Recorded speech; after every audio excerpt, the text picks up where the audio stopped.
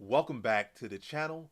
In this video, I'll be ranking the UFC champions based on their championship performances in 2024. So yeah, ranking them based on their performance. Not over across their whole reigns or across their whole careers, but based off how they performed in 2024. So yeah, let's get into it. So at dead last on the list for 2024 is Islam Makhachev. He is dead last for 2024 based on, the other champions and his performances, or his performance, not performances. He had one fight, I think, this year, and that was against Dustin Poirier. And I know the fans love Dustin Poirier. He's a good fighter. He's a fan favorite and whatnot. He's one of the best fighters of all time. Yeah, in some cases. But that was one of the weaker cases of. Matter of fact, that was the weakest case overall as far as his what he did in 2024, in my opinion. One of the weakest cases. So he fought a guy who was now 0-3 in title fights, been choked out now like 3 times in title fights, and I think about 6 times overall. So that wasn't like some crazy accomplishment, and he struggled. The blueprint was already there. And he still struggled a fighter who, had been there and lost in that same exact way in quicker times and with less effort. You can say he got better, got this, got that, but that's no excuse. That's a performance you should have. It should not have been close at any point. It should not have been that competitive. That's a fight he should have went out there and dominated. Like he with the prior year, or he submitted Oliveira. That was the type of performance he should have put on like Poirier, but he did not. And kudos to Poirier for what he did, but that definitely takes a lot of points away from Makhachev, and that's why Makhachev is the bottom on my list. He's at number 8, the bottom of the list. There's eight male champions. He's at the bottom, number 8. Number 7 on the list of champions, so second to last for this year, is Johnny Bones Jones, the GOAT of MMA. He is second to last. And I'm not even gonna say the dumb stuff that a lot of other people say, like, "Oh, you for the old Stipe," blah blah blah. I'm not gonna say it like John Jones was champion in the UFC before Stipe even got here.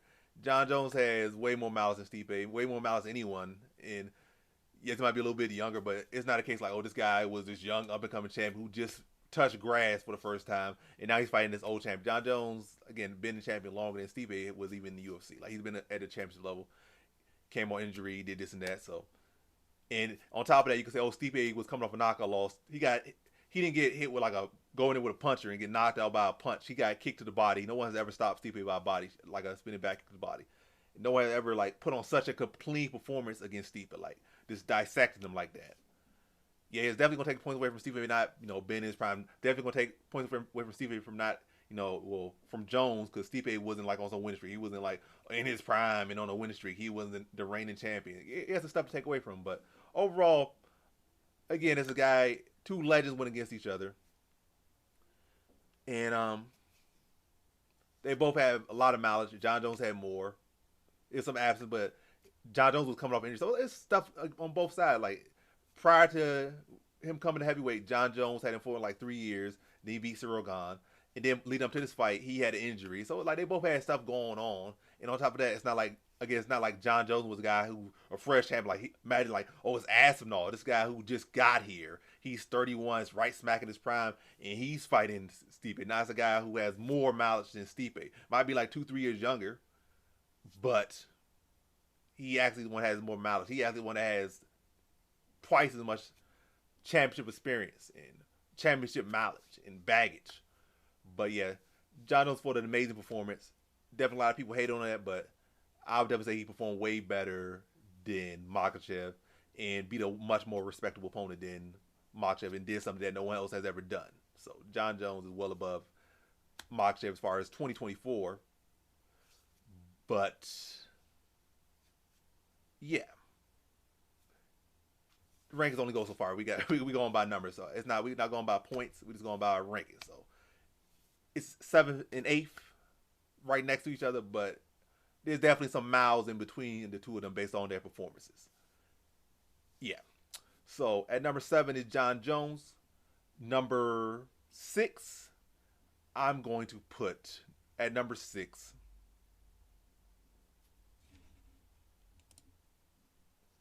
At number 6 is Alexandre Pantoja. And he's coming off a great performance. Well, he ended the year on a great performance, stopping Kai Sakura, I think, in the second round via like a modified rear naked choke type of submission.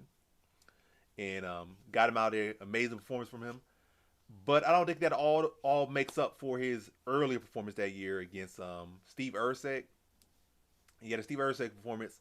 He fought a guy that got rushed to a title fight. You can say the same for Kai Sakura, but Kai Sakura had already been a champion coming over from Risen as a champion, so it's not the same. But still rushed nonetheless.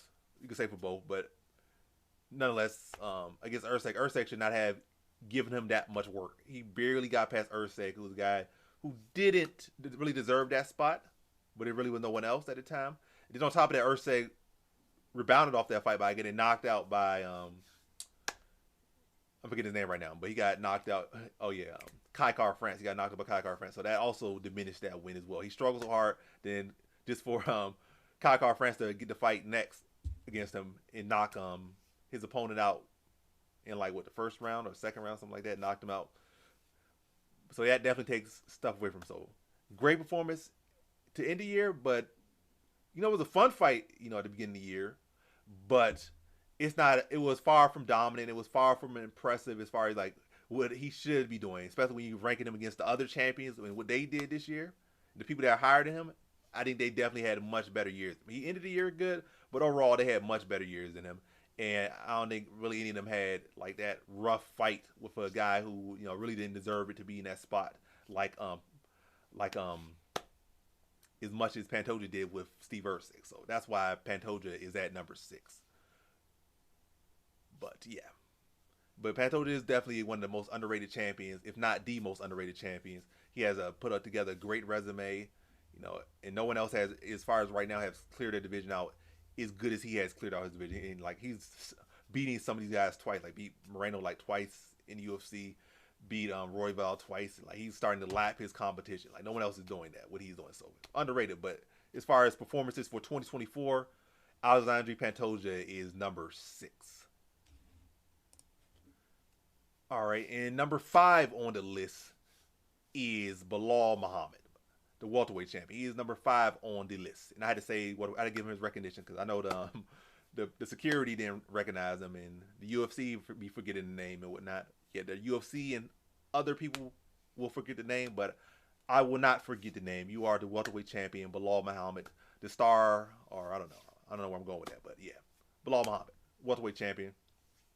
But yeah, I think it was 5th on the list. Makhachev 8th, John Jones 7, Pantoja 6, and number 5 is Belal Muhammad. He only fought once this year. He's on an amazing run over these couple years, like past 3 years, 4 years, but he only fought one time this year.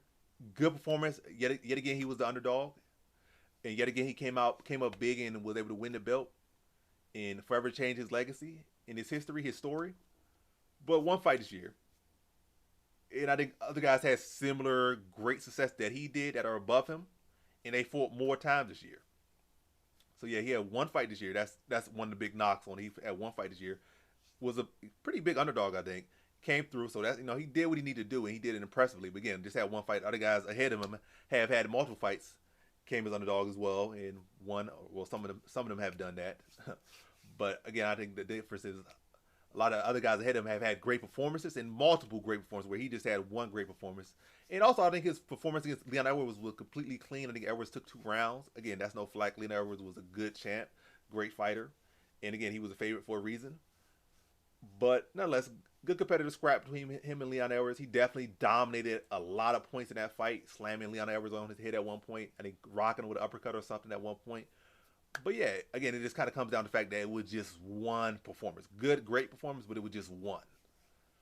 And yeah, I think some other people had better performances, and they have had multiple performances. So that's why he is at number 5. No, it's not because of this, or he fought a weak competition or this or that. It's again, good performance, great competition. It was just that, just one fight in 2024. That's his major take back or draw back for him.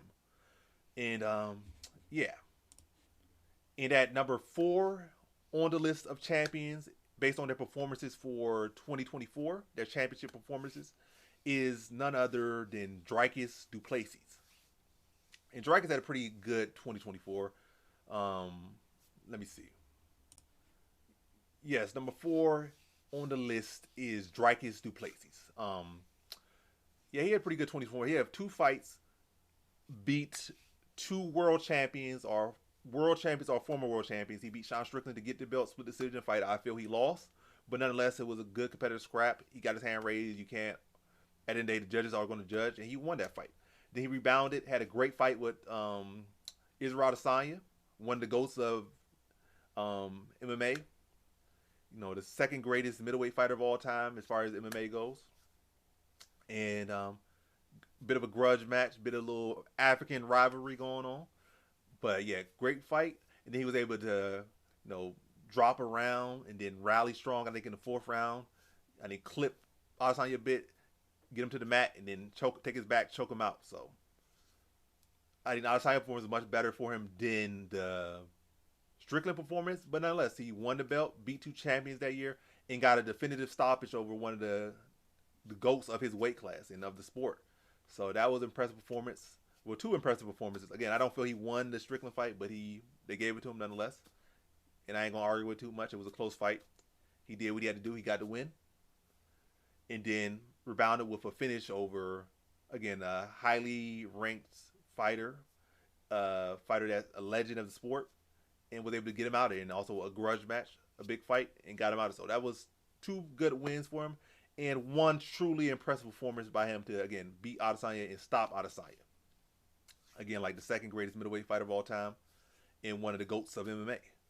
Not saying he's top 10, but I think he's definitely in the top 20. So, good performances from Dricus du Plessis, especially his performance over Adesanya.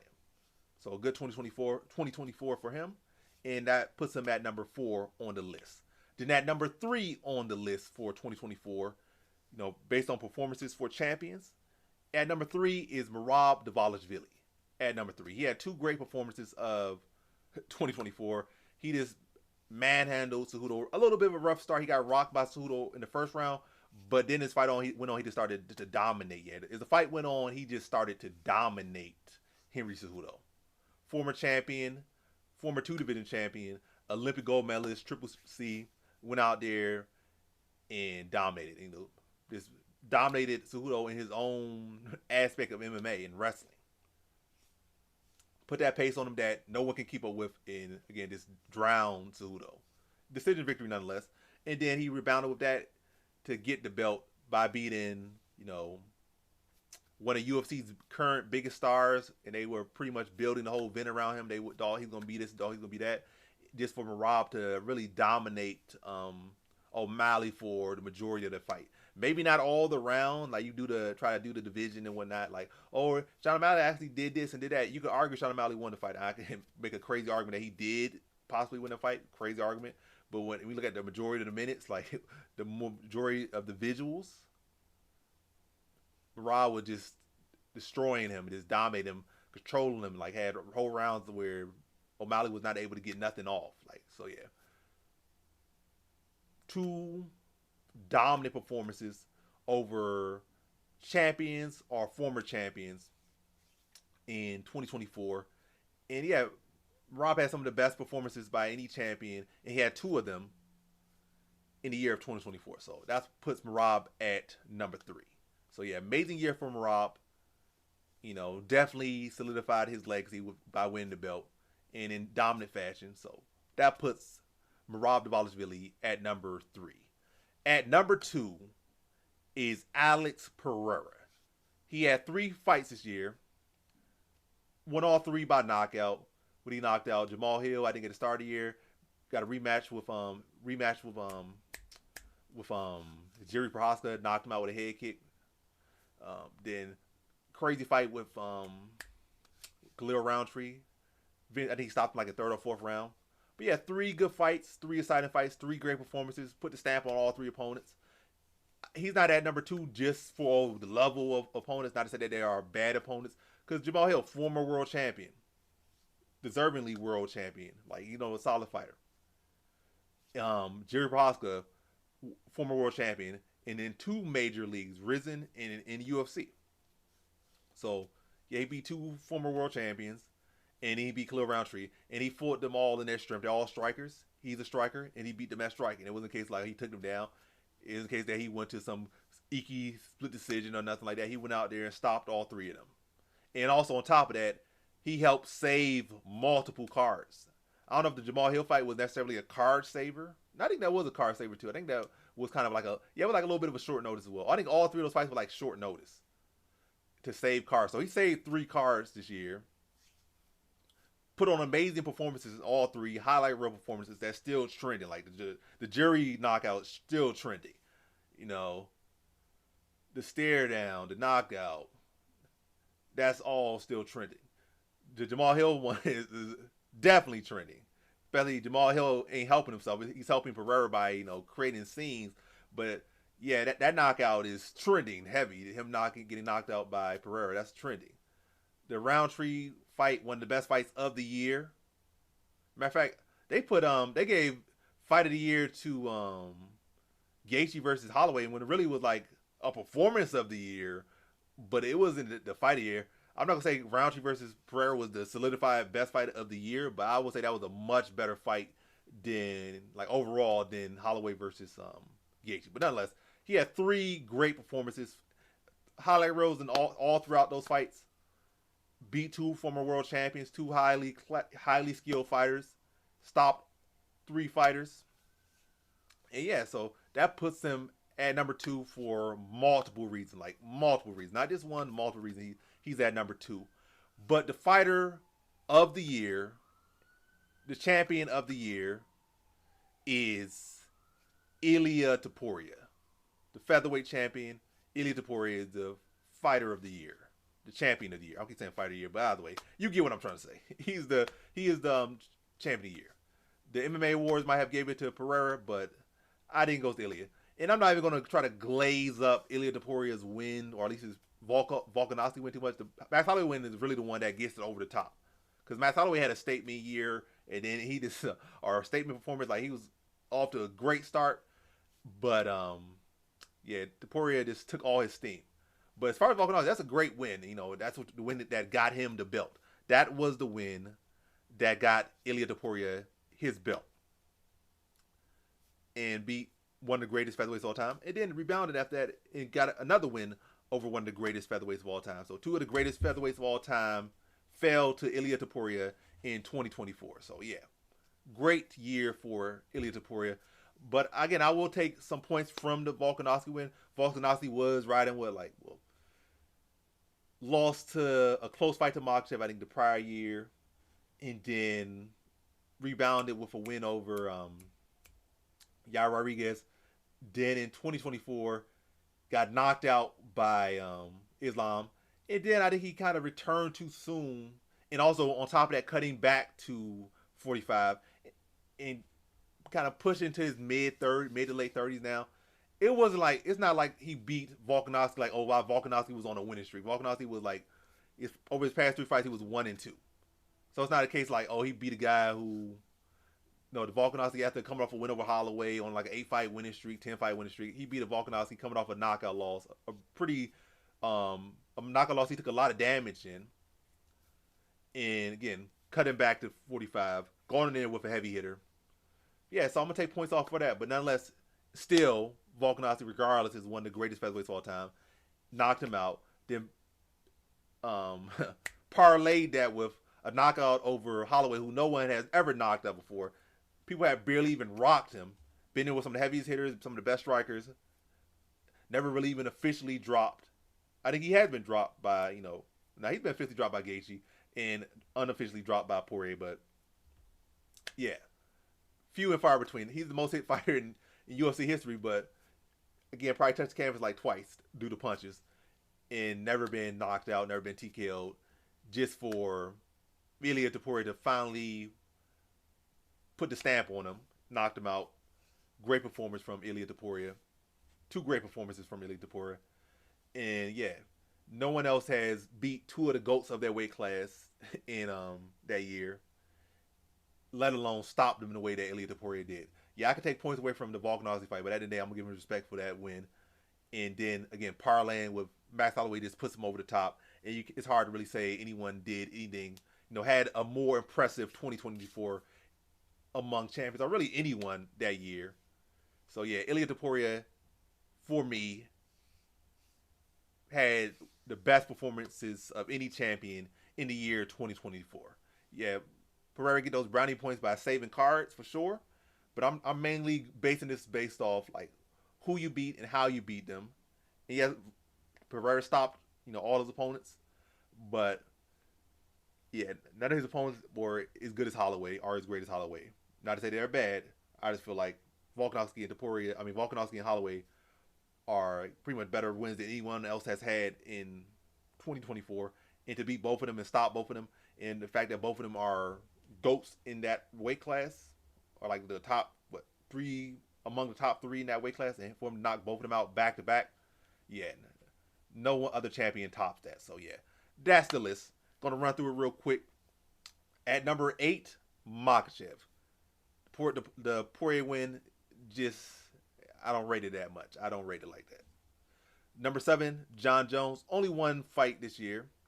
Yes, he fought an older Miocic, but Jon Jones is an older Jon Jones, and he beat him in a way and dominated him in a way that no one has ever did. So again, he got the mileage on him, if not more mileage. So Jon Jones at number 7. At number 6, Alexander Pantoja. The Usyk win definitely performance definitely takes away points, a lot of points. The Asakura win definitely helped him a lot. But yes, 6, yeah, that still put him over some people, so good on him. Number 6, Alexander Pantoja. Number 5, Number 5 is Belal. Great performance over Leon Edwards, but really, just to get to the bread and butter of the point of it, he just had one fight, one impressive fight, but the people above him had multiple impressive fights. He only had one fight this year, and that really was his drawback. That's really his drawback. Came again and again as a dog, and left out again as the victor. And this time he left out with some jewelry. He got the belt. He got some gold. And so yeah, great year for Belal, but again, it's one performance, one fight. That's really his major drawback. So, Belal at number 5. Number 4, Dricus du Plessis. 2 wins over former champions. Beat one of the ghosts of his weight class in Israel Adesanya. The Strickland fight, I could argue that he lost. I feel that he lost that one, but nonetheless, a win's a win. Then he rebounded that and parlayed that with a win over Adesanya. Amazing performance. Great fight. Was able to turn the tides after the tides been turned on him in the prior round. Clip up Adesanya, get him to the ground, take his back, choked him out. So great performance from Dricus du Plessis in his last fight of the year. But again, 2 wins over champions or former champions. Became the champion in 2024. So good on Dricus du Plessis, and that puts him at number 4. Number 3 was Merab Dvalishvili. 2 great performances, 2 really, for the most part, dominant performances over Henry Cejudo, former 2-division champion, Triple C, and even dominated him in his aspect, which Cejudo was an Olympic gold medalist in wrestling, and was able to pick him up like a baby and carry him across the cage and slam him, and just really just broke him down, just overwhelmed him. Great performance over Cejudo in 2024, and then parlay that with a great performance over Sean O'Malley and dominated him heavily at several points in this fight. I think 2 of the fight rounds, O'Malley couldn't get nothing off. Just was able to take him down, just smother him. He couldn't get nothing off. So yeah, 2 great performances for Merab in 2024. Became champion in 2024, and beat one of the UFC's poster boys in Sean O'Malley on the big stage. Beat Cejudo, beat 2 former champions, or 2 champions or former champions. Beat O'Malley and beat Henry Cejudo. So great year for the boy Merab Dvalishvili at number 3. Number 2 was Alex Pereira. Saved 3 cards, 3 knockouts, wins, 3 exciting performances. As long as they lasted, the first 2 were like over and under 2.5. Knocked Jamal Hill out in the first round. Knocked, I think, Jerry out in the second round. and beat Khalil Roundtree. Also had wins over two former world champions, again, Jerry and Jamal Hill. So two very credible wins. And then a win over Khalil Roundtree. And that day he's fighting Khalil Roundtree in his strength and striking. That's both of their strength. And he was able to, had a crazy fight.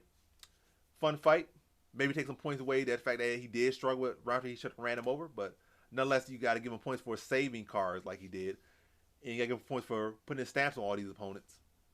And really fighting them all in their strength. It's his strength as well, but he's fighting them in their strength and beating them at their strength and getting the wins. And also, again, beat the two former world champions. So, impressive year for Alex Pereira. And then at number 1, Ilia Topuria. Beat two of the ghosts of his weight class, knocked them both out. Knocked out Holloway, who had the greatest performance of 2020. The greatest performance of 2024 was Max Holloway with his victory over Justin Gaethje. Knocked made the crowd go silent. Amazing performance for Max Holloway earlier in the year. Never been knocked out, and Ilia changed that. So yeah, beat two of the ghosts of his weight class in the same year. Knocked him out back to back. Ain't no one else topping that. So yeah, no need to say anything more. You knocked out two of the ghosts of your weight class back to back, and you knocked out Max Holloway, who had never been knocked out by anyone, and one of the best boxers in all of MMA history, one of the greatest fighters of all MMA history. Like, this, the accolades go on and on for both of those guys he beat, and it's hard. Matter of fact, you can't say anyone else that year had beat anyone as good as either of those guys. Well, you can say, but yeah, in the year of 2024, no one else had beat a guy as good as either of those guys that Ilia beat and knocked out. Yes, Makhachev knocked out Volkanovski, but that was in 2023, so you can't include it. That was in 2023. And also, you can say that Volkanovski came off the couch or whatnot, which also helped Ilia, because Volkanovski getting knocked out and returning quick, despite being in shape, it still was coming off a knockout loss and returned too soon.